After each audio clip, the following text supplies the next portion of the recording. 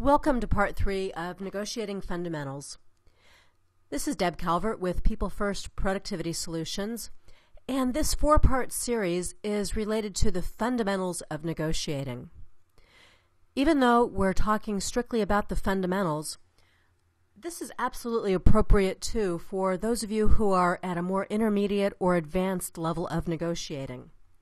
And the reason I say that is that time after time, when I observe sellers or coach sellers about negotiating, the places where mistakes are made are almost always at the level of the fundamentals, the basics.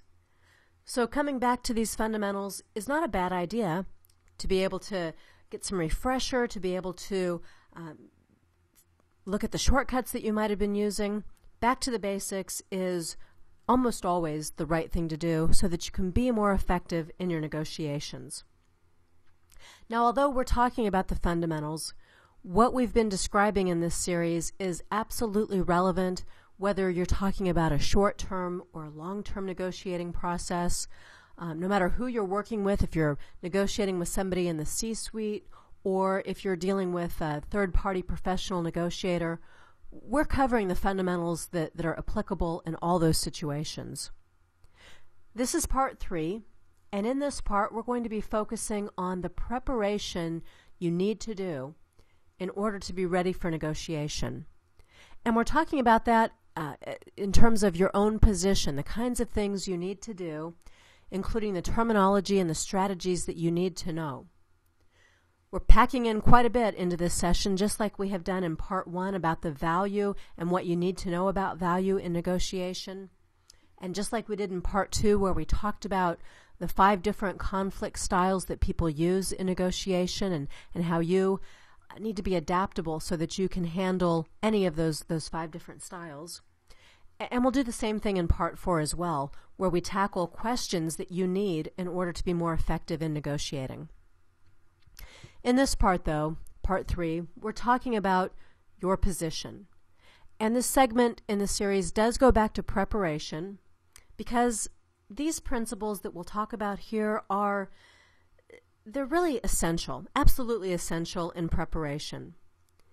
If you wait until the negotiation is underway to consider your own positioning, then you've already lost ground that you can't get back in the negotiation.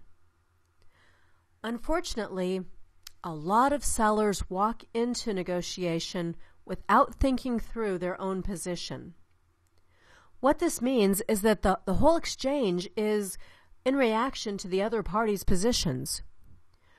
Reactionary mode simply makes us less effective than being prepared.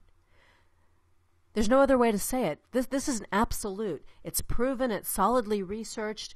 You cannot be effective as long as you are in reactionary mode. Now, if you feel that you do your best work on your feet or by the seat of your pants, you may be fooling yourself. Because although it is good to be nimble and responsive, it just doesn't give you any advantage at all to be unprepared and reactionary. So these are the basics of preparing yourself by laying out your own position. We'll be defining key terms and what they mean in negotiating, as well as talking about the strategies and what you need to do to prepare with them. Now we're starting with this one, which is position, and we'll also be segueing into interest because position and interest go hand in hand. And it's very important to understand what both are and how they relate to one another. Position is the stance, the standpoint that you are going in with as a negotiator. A position has interests that are lying underneath it, but the position is what you open up with and what you say out loud. The position sounds like an offer that you put forward or propose to your counterpart in the negotiation. An example of a position would be, I want a 2-year contract from this customer. Most of us would stop here and proceed with this singular purpose in mind. But it's really, really important to ask why. Whether it's you or your boss who set forth that position, you need to know why getting a 2-year contract would be helpful. Let's say that you want a 2-year agreement because this particular customer is very hard to deal with. In fact, they bring in a third-party negotiator, and these contract negotiations are routinely protracted and very time-consuming. And it just makes sense, you think, to minimize the amount of time you have to spend on this. That reason would be very different from another scenario where a company is going to be putting itself on the auction block. The company will be up for sale, and in preparation for that sale, they're looking to secure longer-term agreements so that they will be more appealing to buyers. Knowing the underlying reason why you take a position helps give you the appropriate level of flexibility in the negotiation. So let's go back to our first scenario. You'd respond favorably if you found out the customer no longer used that third-party negotiator and they quickly offered you a resolution on a 1-year contract with a renewal option in 6 months. Well, that position of sticking hard and fast to a 2-year agreement would no longer make sense because the underlying reasons are no longer in place. You would be satisfied because what you wanted, to minimize the amount of time that you have to spend on contract negotiation, would already be taken care of. However, in the second scenario, if the customer came back with a counteroffer for a 1-year deal with a 6-month renewal option, this would not be a good idea. Your underlying interest of having long-term agreements so that you would be appealing to a buyer, that interest would not be served. If you don't know the underlying reasons, you'd respond with the same hardline approach in both situations. And that would be causing you to miss out on a perfectly reasonable solution in the first scenario. These underlying reasons that I'm describing to you, those are known as interests. While most negotiators get overly focused on positions, you can gain a clear advantage by knowing your own interests and, if possible, being able to probe and even learn the interest of the other party. So when you strip it all down, what you're going for here is what you want to achieve and why. Why do you want what you want, and why does the other party want what they want? So interests, let's take a closer look at what those are. I really want to do everything I can to help you distinguish between position and interest here. Interests are the motivations and the underlying reasons behind any position taken by a negotiating party. They often entail some combination of security issues, recognition, control issues, economic issues. It might be desires or concerns or goals that the negotiating party has. All of these things are the reasons underneath the position that they have stated. Now, in negotiations, as I said earlier, we often focus on our position instead of focusing on our interests. This is a mistake, and it can be really costly. The basic reason, in fact, why people generally fail when a negotiation does not reach an agreement, the main reason for that happening is that each of the parties has taken a position and they've become inflexible. One wants something that the other doesn't, and it starts and ends there.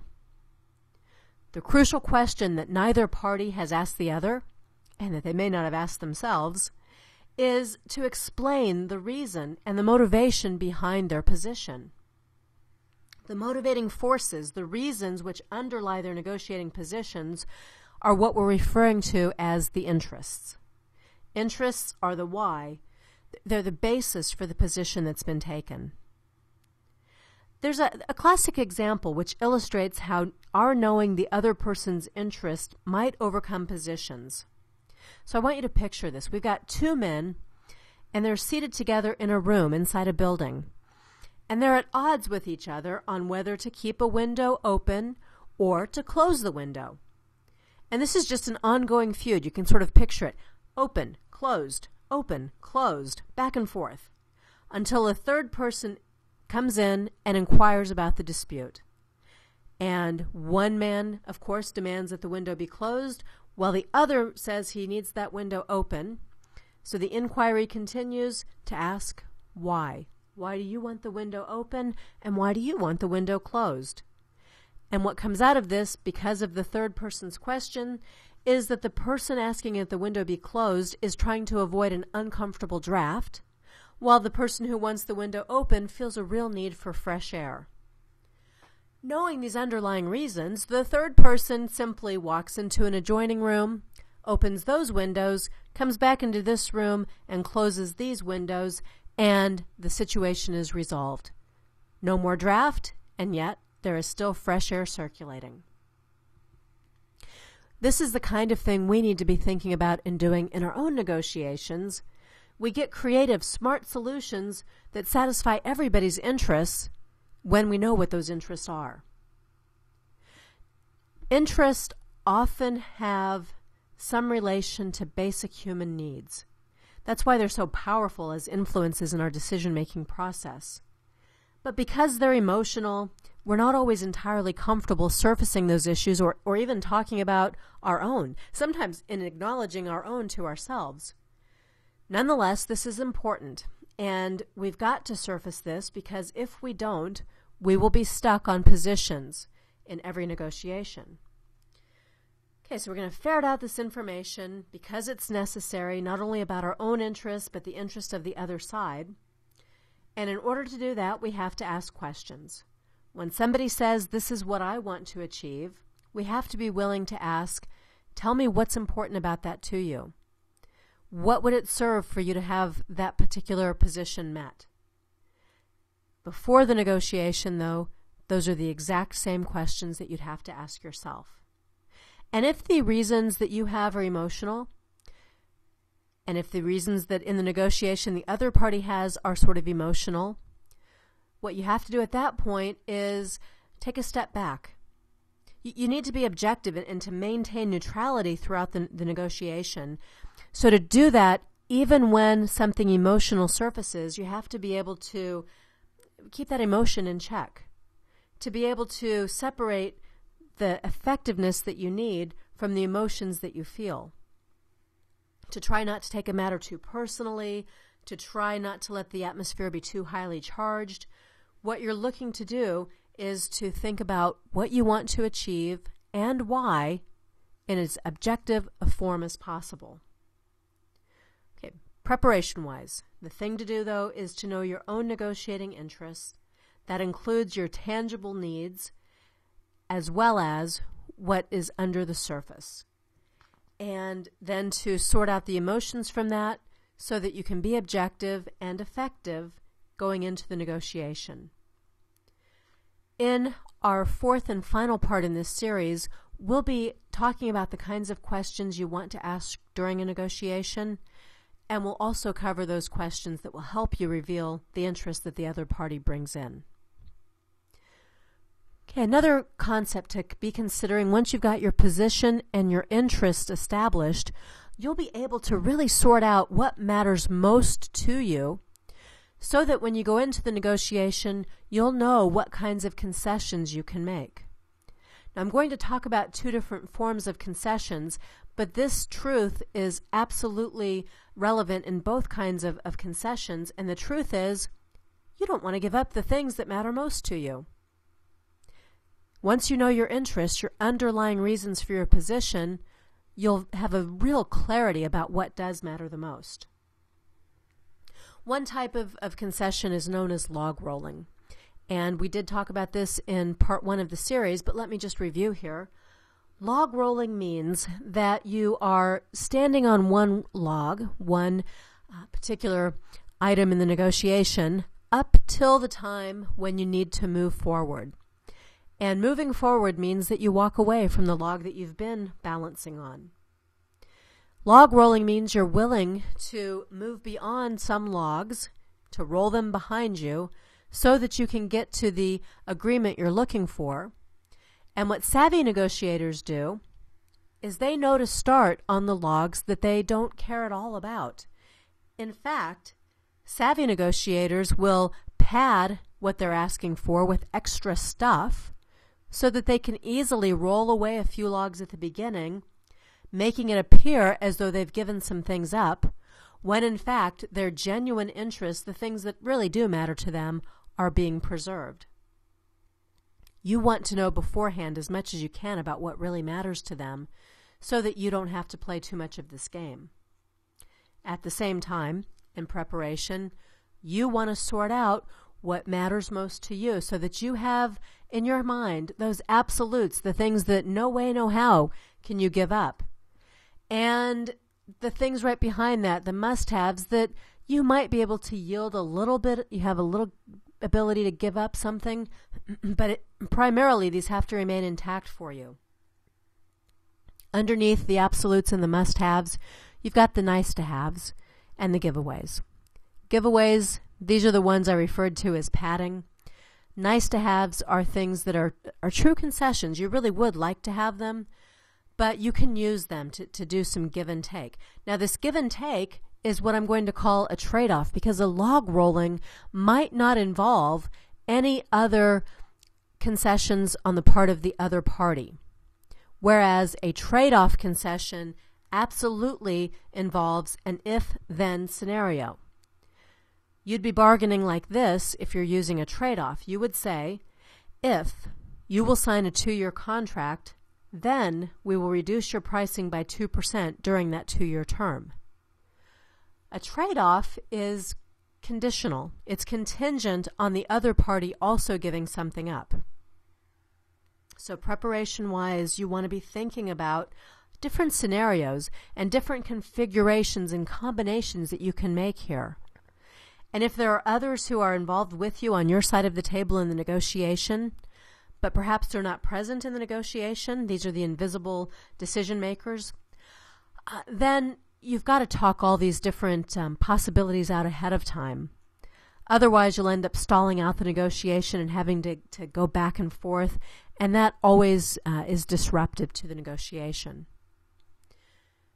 Trade-offs, concessions, are preferable to simple log rolling because log rolling isn't all that satisfying. Even when you build something in that you know you're going to give up, you're left with a little feeling that you lost something. Whereas with a trade-off, everybody feels better. It feels like there's been a balance, that there's some equality within the negotiation, and that enhances the perception of value. When you have something that you're willing to give away, you're essentially saying it doesn't have that much value. As opposed to when you are willing to trade something, you are stating that it does in fact have a value, and that value has a need to be compensated. So think about the latitude, think about what you're willing to trade off, and work out the scenarios ahead of time as part of your preparation. The next thing to do as you're preparing for negotiation is to think about the framing that you would like to do. Framing is simply a means to process and organize the information that you bring into the negotiation. A frame provides a perspective of the problems or the issues. And you can use a frame even in your own preparation to understand and create a hierarchy related to the importance of facts or issues in relation to each other. Of course, this can be really helpful as you're thinking through possible outcomes and as you're considering those contingency actions to solve the problem or to resolve any sticking points you might come up against. Using a frame allows you to consider all the potential gains and losses and available options for any situation. Now, framing has the same benefits as does anchoring, which is a concept we talked about in part 1 of the series. When you are the one doing the framing, you are the one suggesting what is to be emphasized and what should be minimized or set aside for now. The other way to use framing is in expanding to a more collaborative style of negotiation. So framing can narrow the discussion, but it can also be used to broaden the discussion. Framing to include larger problems and more issues gives you a smooth entry into then enlarging the zone of potential agreement, the ZOPA, that we talked about in part 2 of the series. So if you're looking to have a collaborative or an integrative negotiation, one that enhances the long-term partnership and relationship, you'll have to frame it in that way. And being prepared to do so gives you an advantage so that it's a smooth and clearly communicated collaboration.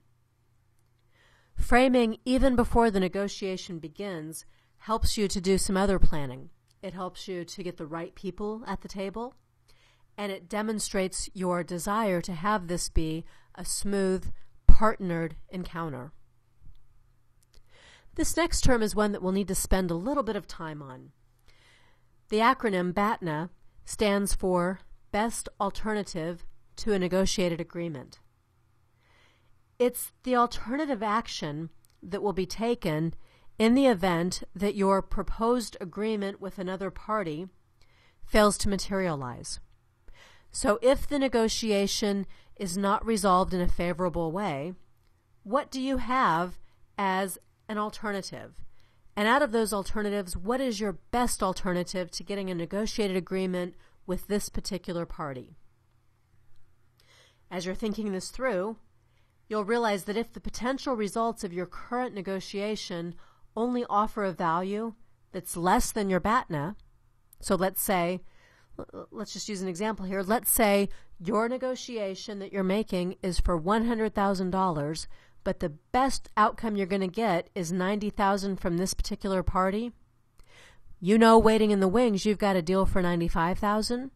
What that means is your best alternative to that negotiated agreement is better than what's being offered by the other party. Knowing that in advance gives you an opportunity to proceed differently than if you didn't have a clear idea of what your Batna would be. So, of course, knowing what this is lets you have a better idea of what you want to do and how far you want to go. The best alternative to a negotiated agreement is something that both parties should work to ascertain before the start of negotiations, at a minimum, to know your own Batna. Naturally, if you're now thinking about your Batna relative to the other parties, of course, you are in a stronger position when your Batna is superior to the other parties. So let's say they only have a few choices about where they can go to get the products you sell. Their weak Batna puts you in a strong position for negotiating. And if you know this to be true, let's say you've only got two competitors and you know that they have bad credit with one of them and a history of bad service with the other, you have very, very, very strong positioning, and they don't have any strong positioning. They don't have a better alternative than to do business with you. Knowing that, of course, affects the way that you negotiate. But the inverse is also true. If the other party has a number of other alternatives that they perceive to be just as good as what you offer, then your Batna is weak. You may need them more than they need you. In that situation, you need to find a way to weaken the other party's perception of their Batna.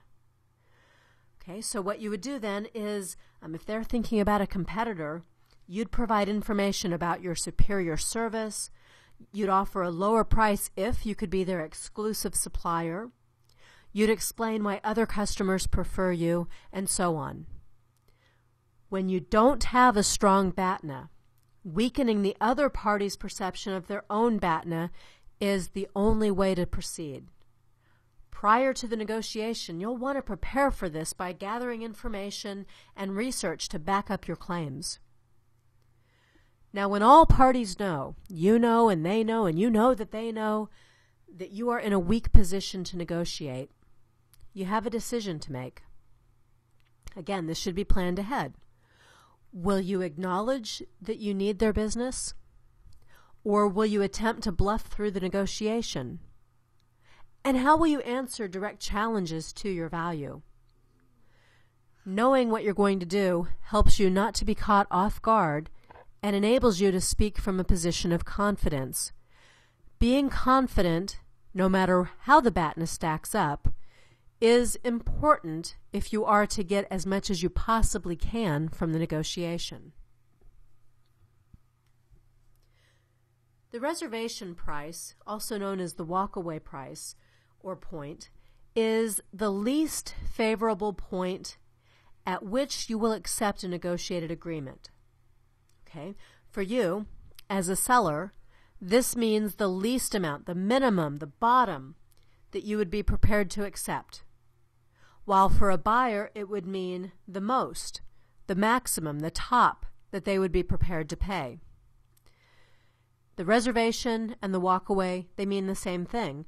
It means you would walk away from the deal if you didn't get what you were looking for at this minimum threshold. Now, never decide this or change this in the heat of the moment. In a tense negotiation, you might be tempted just to do anything to get it over with. You may accept a deal that's lower than you can truly afford to make. And when that happens, it ultimately results in resentment and maybe even animosity toward the customer. It changes the balance of power and it creates a situation where the customer is even more demanding rather than being grateful for this exceptional deal that you've given them. What's more, you've inadvertently devalued your product and caused a misperception that its value is less than it actually is. And there's no recovering from that once you've done that. So before the negotiation begins, you want to think strategically, long term, of the implications of going too low. You'll want to set a reservation price and stick firmly to it. You should never divulge this number to the customer, though, because you also want to determine a different number, one that we're going to call your target number. So it works like this. Let's just sketch out an example here. In fact, you might want to write this down just to make it real. Let's say you're selling a used car. You determine that you won't take any less than $10,000 for it. Under no circumstances, that is your absolute rock bottom price. But you think there's a good chance that you can get more like $11,500 for this car, so you set $11,500 as your target. That's what you're really aiming for in the negotiation. In order to allow for some bargaining, you post the vehicle on Craigslist with a price of $12,500. In your conversation with the buyer, you know you're aiming for $11,500 minimum. But if there's a compelling reason to do so in the back of your mind, you know that you might drop as low as $10,000, but under no circumstances would you go below $10,000. So you come into the negotiation, you say to the buyer, $12,500. The buyer says $10,000. You say, no way, I can go to $12,200, and so on. You will end up with a higher number every time if you follow this formula. It starts by setting the walkaway price. You don't want to do this backwards by thinking about your asking price first. Instead, start at your bottom and build up from there. Please note that this approach is used for other terms of the agreement too. It's not just about the price. For example, you might determine that you'd walk away from anything less than a 5-year contract, or that you won't accept anything less than an agreement to provide at least 50% of all category needs. Of course, it's wise to aim higher than your walkaway point by setting a target above this and then opening up, anchoring, with an offer that's even higher still. What happens when you don't plot this out ahead of time is that you cave too quickly. Some deal, any deal, begins to look better than no deal. But you're leaping ahead to no deal much sooner than you need to be. Remember, when you walk away, it isn't necessarily the end. It's just a line in the sand that you're drawing. And sand is pretty easy to erase later on if you choose to do so. Just don't start from that position that seems weak and uncertain. It will not serve you or your customer well. If they don't see you being confident in what you're proposing, you're going to get beat up in a negotiation. As you proceed, you'll also be learning what their walkaway point is too. Right, this is all about information gathering, so don't overreact And especially don't lose your own interests. Remember, we started with position. The price that you put out there first, that may be a position. But behind that price are the reasons why, your interests. Make sure it's your interests that are being met before you get too hardline around your position. Preparation is the key. Thinking all of this through is absolutely essential if you're going to be able to hang tough when the game gets intense. One more thing to think about before you go into a negotiation. You want to decide for everybody on your own side of the table who's doing what are the roles, and who's in control. Talk it through. Ask all these questions that you see on screen before the negotiation, not during the negotiation, not in the car on the way to the negotiation, but strategically plan it all out ahead of time. Discuss the role each person on your side will play, and think about the signals that you'll use for any kind of switch up or for any kind of timeout that you might need. When teammates don't set this up in advance, it completely derails negotiations because you're spending so much time and energy and focus on each other that you miss all the subtle clues and opportunities being telegraphed by the other party. One thing you might consider is having a person on your side of the table whose sole responsibility is to be the observer. Because the rest of you, those of you with a role that might involve presenting or answering questions or considering concessions, you're focused exclusively on those things that will catch you up in the moment, and you'll find it is difficult to pick up on the subtle cues coming from the other side of the table. An observer who does this and gives you notes that are passed back and forth can be a real asset to your team. Whichever configuration you choose to use, just be sure that you get your act together before you start the actual negotiation. Okay, in summary, we have covered a lot here. There's so much that you really, really do need to consider before you enter into a negotiation. At a minimum, based on what we've been discussing here, you now know what the other party may be doing in their preparation. Hopefully, though, you'll take these steps so that you can be as prepared as they are. Be sure to come back to part 4 because in that session, we'll be looking at questions. We'll be talking about how asking questions gives you control during a negotiation. You've heard references to this in part 1, 2, and 3. So now it's time to examine how and when to ask different types of questions. I'd also like to encourage you to visit our website. It's at peoplefirstps.com. At that site, we have all sorts of resources available to you. When you get to the home page, look at the top and go to the menu bar, select the choice called Our Customers. That'll give you a drop-down menu. From the drop-down menu, select Selling Professionals, and that's where you'll find lots and lots of resources. Other webinars, podcasts, recordings of our radio program. You'll see white papers that are researched, and you'll find blogs and all types of things that are completely free. We put that out there in response to our Connect community of sellers. It's all free, it's all current and relevant and field tested. And if you have something that you would like to see addressed, I just encourage you to email me. Here's the address at the bottom, deb.calvert@peoplefirstps.com, because everything that we produce, all of this content, is in direct response to sellers like you. We're just looking to meet the needs. Thank you very much for attending this workshop, part 3 of 4 in the Negotiating Fundamentals series.